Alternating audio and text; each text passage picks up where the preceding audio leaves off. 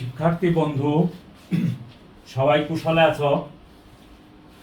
তোমাদের পরিমিতি অধ্যায় 16 অনুশীলনী 16.1-এর 8 নম্বরের অঙ্কটা আমি তোমাদের সামনে তুলে ধরেছি এবং এটার সমস্যার সমাধান করব। দেখো 8 নম্বর অঙ্কটা কি সেটা আগে তোমাদের একটু পড়তে হবে। যে দুইজন লোক দুইটি রাস্তা বরাবর, দেখো দুইজন লোক এই এ বিন্দু থেকে, দেখো এ বি বরাবর এবং এসি বরাবর দুইটি রাস্তা থেকে তারা যাত্রা শুরু করলো এবং তাদের মধ্যবর্তী কোণ কত 135 ডিগ্রি কোণে তারা যাত্রা শুরু করলো।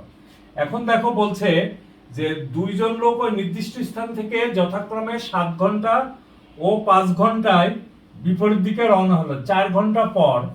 তাহলে দেখো বন্ধুরা 135 ডিগ্রি কোণ করে ঘন্টায় 7 ও 5 কিলোমিটার বেগে চলে 4 ঘন্টা পর তারা একজন আসলো বি বিন্দুতে আর একজন আসলো সি বিন্দুতে। আচ্ছা, তাহলে সি বিন্দু হতে বি এর বর্ধিতাংশের উপর সিডি লম্ব টানলাম। এখন তাদের মধ্যবর্তী দূরত্বটা হলো কত? দেখো বি সি, তাদের মধ্যবর্তী দূরত্বটা বিসি। এই বিসি এর দৈর্ঘ্যটাই আমাদের পরিমাপ করতে হবে। লক্ষ্য করো বন্ধুরা, এ বি পথে যখন গেছে তখন 7 কিলোমিটার, ঘন্টায় 7 কিলোমিটার। কত ঘন্টা চলেছে? 4 ঘন্টা চলেছে। এই জন্য 7 গুণ 4 সমান হলো 28। আবার দেখো এসি বরাবর যখন চলেছে তখন কি ঘন্টায় 5 কিলোমিটার বেগে। কত ঘন্টা চলেছে?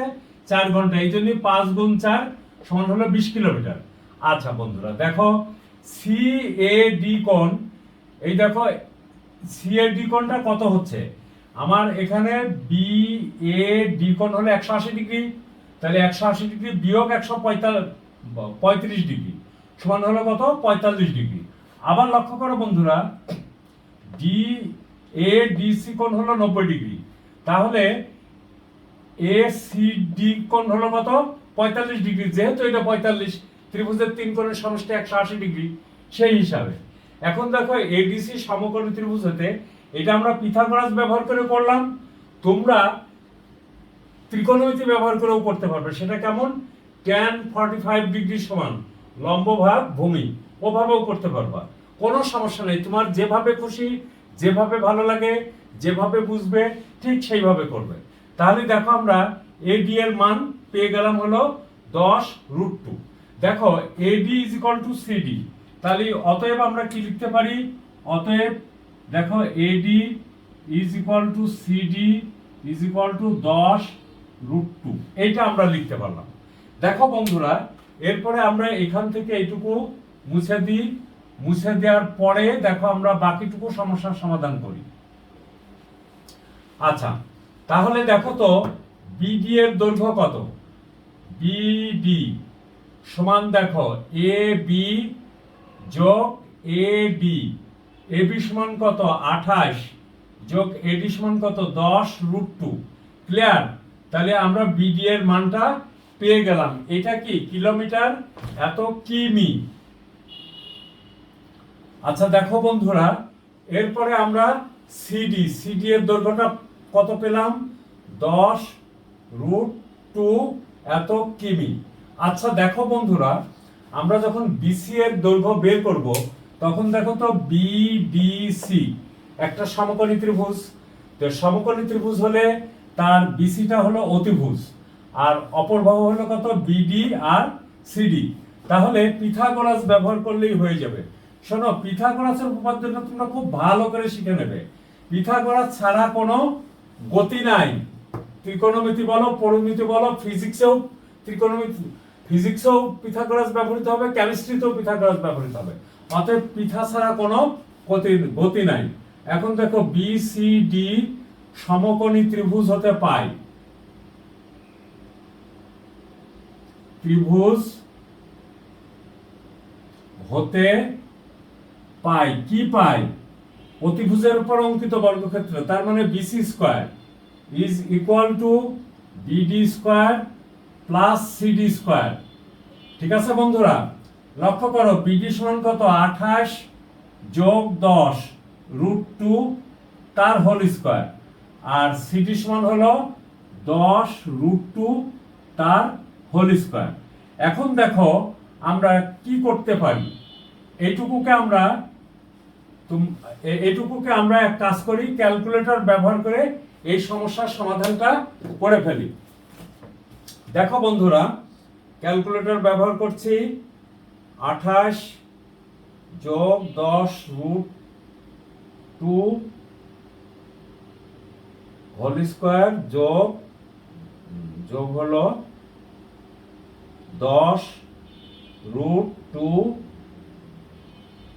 তার whole square is equal to কত হচ্ছে দেখো, সরি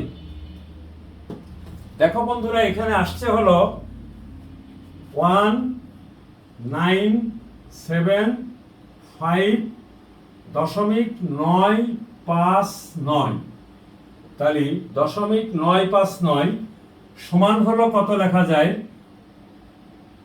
75.96 লেখা যেতে পারে। অতএব বিসি সমান কত, এটার বর্গমূল করে দিলি তো হয়ে যায়, তাই না? আচ্ছা, বিসি সমান হলো এর বর্গমূল করে দিলাম, তাহলে দেখো আসতেছে কত, 44.45 মিটার, 44.45 মিটার। এখন 1975.96 44.45 মিটার, মিটার নয় কিলোমিটার, ভুল বললাম, কিলোমিটার। তাহলে দেখো বন্ধুরা, তাদের মানে 4 ঘন্টা পর তাদের মাঝখানের দূরত্ব হলো 44.45 কিলোমিটার। আমার ধারণা তোমরা বুঝতে পেরেছো। না বুঝলে কোনো সমস্যা নেই, কমেন্ট করো, আমি তোমাদের প্রশ্নের উত্তর দিব। থ্যাংক ইউ বন্ধুরা। এরপরে দেখো 8 নম্বর করে ফেললাম। এখন দেখো 9 নম্বরের অঙ্কটা আমি তোমাদের শেয়ার করছি এখানে। 9 নম্বরের অঙ্কটা কি হবে সেটা একটু দেখো। একটি সমবাহু ত্রিভুজের, আমরা নিশ্চয়ই জানি বন্ধুরা সমবাহু ত্রিভুজ কাকে বলে। সমবাহু ত্রিভুজ কাকে বলে? যে ত্রিভুজের 3টি বাহু সমান, 3টি কোণও সমান, সেটাকে আমরা সমবাহু ত্রিভুজ বলছি। তো দেখো বন্ধুরা, সমবাহু ত্রিভুজের অভ্যন্তরস্থ একটি বিন্দু থেকে, তাহলে আমরা আগে সমবাহু ত্রিভুজটা এঁকে নিই।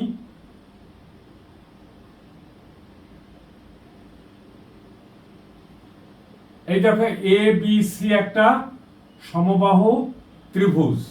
লক্ষ্য করো বন্ধুরা, আমরা এখান থেকে যে কাজটা করতেছি, এই দেখো বইয়ের দিকে তাকাও, বইয়ের দিকে তাকালে আমরা এমন ভাবে মাঝখানে একটা বিন্দু নিব। এই দেখো এই রকম জায়গায় একটা বিন্দু নিলাম, ঠিক আছে? বিন্দু নিয়ে এই দেখো এখান থেকে লম্ব টানলাম, এই লম্ব টানলাম ডি, এখান থেকে এটার উপর লম্ব টানলাম, এটা হলো ই, আর এখান থেকে এটার উপরে লম্ব টানলাম, এটা হলো এফ। লক্ষ্য করো বন্ধুরা, খুব গভীরভাবে লক্ষ্য করো, এই যে মধ্যবর্তী কোণটা হলো কত, ও। আচ্ছা, এখন তোমরা খেয়াল করো, আমরা ও বিন্দুটা হলো এই সমবাহু ত্রিভুজের মধ্যস্থ একটা বিন্দু, মধ্যস্থ মানে অন্তর্ভুক্ত একটা বিন্দু। ও বিন্দু হতে ও ডি, ও ই এবং ও এফ লম্ব টানি। এরপরে আমরা কি করতেছি দেখো তো, বিও যোগ করলাম, এও যোগ করলাম, ওসি যোগ করলাম। আচ্ছা, আমাদের কি বলছে, ত্রিভুজটির বাহুর দৈর্ঘ্য ও ক্ষেত্রফল নির্ণয় করো। তাহলে মনে করি, দেখো এখানে আমরা লিখি, মনে করি এ বি সি একটি সমবাহু ত্রিভুজ। আচ্ছা, ও উহার, ওটা আমরা একটু পরিষ্কার করে লিখি, এই জায়গাটা ও দিই, ও উহার অভ্যন্তরস্থ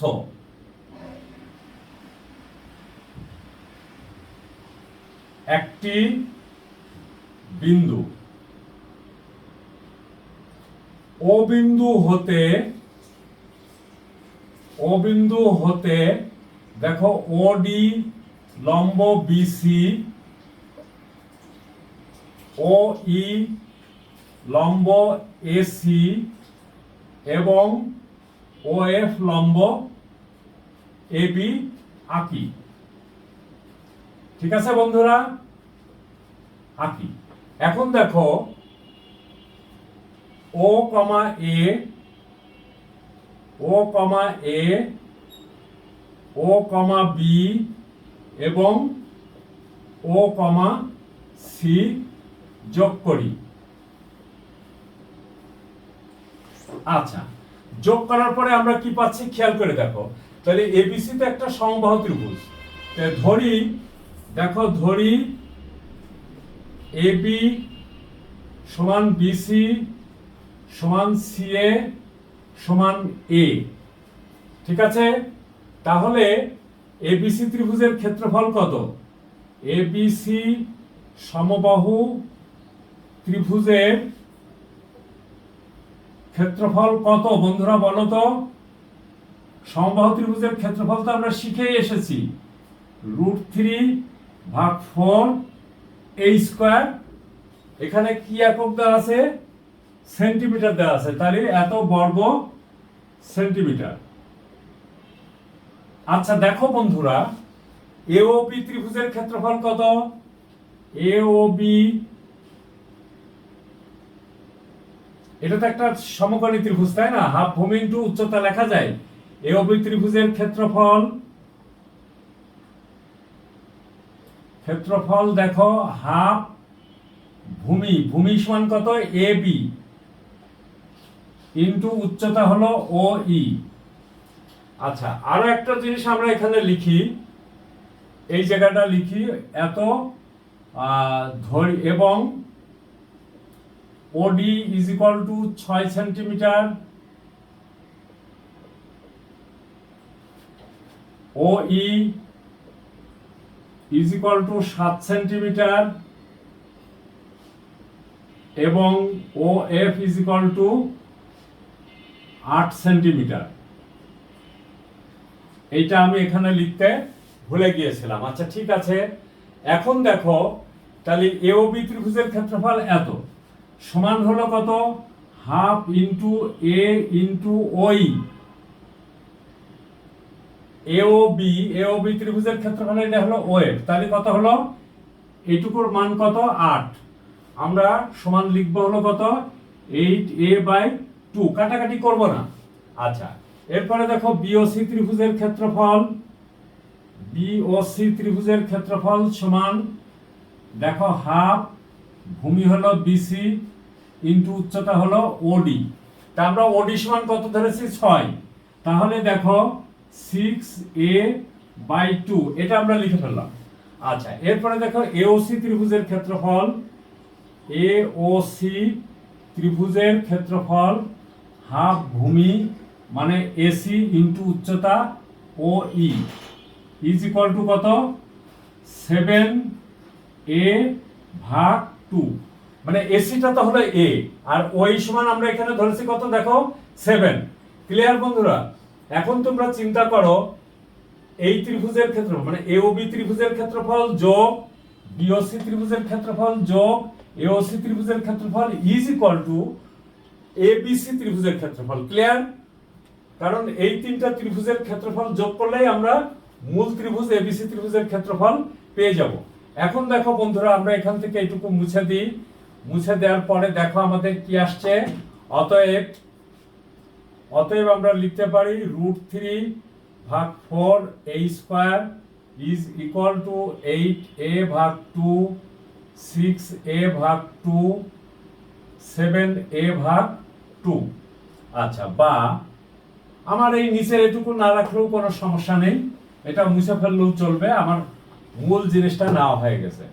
এখন দেখো √3/4 a square is equal two লসাগু দেখো 2, 8a যোগ 6a যোগ 7a, বা √3/4 a square is equal to কত হয় দেখো? 21a ডিভাইডেড ভাগ 2। আচ্ছা, আমরা এখন আড়াআড়ি কিছু গুণ করি। আড়াআড়ি গুণ দেখো √3a স্কয়ার গুণ 2 ইজ ইকুয়াল টু 21a গুণ 4। আচ্ছা, তাহলে দেখো, বা এই দেখো √3a উভয় পক্ষ থেকে a চলে গেল, সমান হলো 21 গুণ 4। এটা তো আমরা পেলাম। আচ্ছা, অতএব এর সমান আমরা পাচ্ছি কত দেখো, 21 গুণ 4 ভাগ হলো √3। আচ্ছা দেখো তো, আমরা যদি 21 গুণ 4 গুণ √3 ভাগ হলো √3 গুণ √3 দিতে পারি, লব হর উভয়কে √3 দ্বারা গুণ করে দিলাম। এখন দেখো আমার এই নিচেরটা আসলো কত, নিচেরটা আসলো দেখো 21 গুণ 4 √3 ভাগ হলো 3। এটা দিয়ে এটা কাটে ফেললাম 7, তাহলে দেখো 4 7 28 √3। তাহলে এই যে ত্রিভুজের বাহুর দৈর্ঘ্য হলো কত, বাহুর দৈর্ঘ্যটা আমরা দেখো পেয়ে গেলাম। কত পেলাম, এটাকে এখন দেখো আমরা যদি করি, তাহলে 28 √3 ইজ ইকুয়াল টু কত, আমরা পেলাম হলো দেখো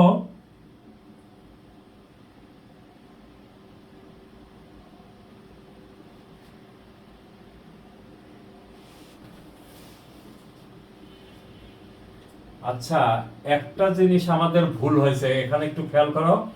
21 আর এই জায়গাটা আরেকটা যে 2 গুণ আছে, এই 2টা তো আমি এখানে দিতে পারতাম, তাই না? এখানে গুণ 2, এখানে গুণ 2, তাহলে এই 2 আর এই 2, তাহলে 3 গুণ 2, এই 2 আর এই 4 কেটে গেলে কত হয়? আচ্ছা দেখো, আমরা ক্যালকুলেটরটাই ব্যবহার করি, কোনো সমস্যা নেই। ক্যালকুলেটর ব্যবহার করলে আমাদের এখানে কত আসছে, এইটা আর এইটা কেটে গেল 2, তাহলে এখানে দেখো 14 √3। তাহলে আমরা বাহুর দৈর্ঘ্য পেলাম কত, 14 √3। ক্লিয়ার? দেখো বইয়ের ভিতরে তাকাও, বাহুর দৈর্ঘ্য পেলাম 14 √3। আমরা আবার একটু দেখি ত্রিভুজটির বাহুর দৈর্ঘ্য ও ক্ষেত্রফল নির্ণয়। আচ্ছা, এইখানে আমাদের ত্রিভুজটির বাহুর দৈর্ঘ্য হয়ে গেল। এরপরে দেখো, অতএব ত্রিভুজটির ক্ষেত্রফল, অতএব ত্রিভুজটির ক্ষেত্রফল কত হবে, সমান √3 ভাগ 4 a। এ সমান হলো কত, 14 √3 তার হোল স্কয়ার। তাহলে দেখো √3 গুণ 14 গুণ 14, √3 গুণ √3 সমান হলো 3, ডিভাইডেড ভাগ হলো কত, 4। 2 দিয়ে কাটো 2, 2 দিয়ে কাটো 7, 2 দিয়ে কাটো 2 দিয়ে কাটো 7।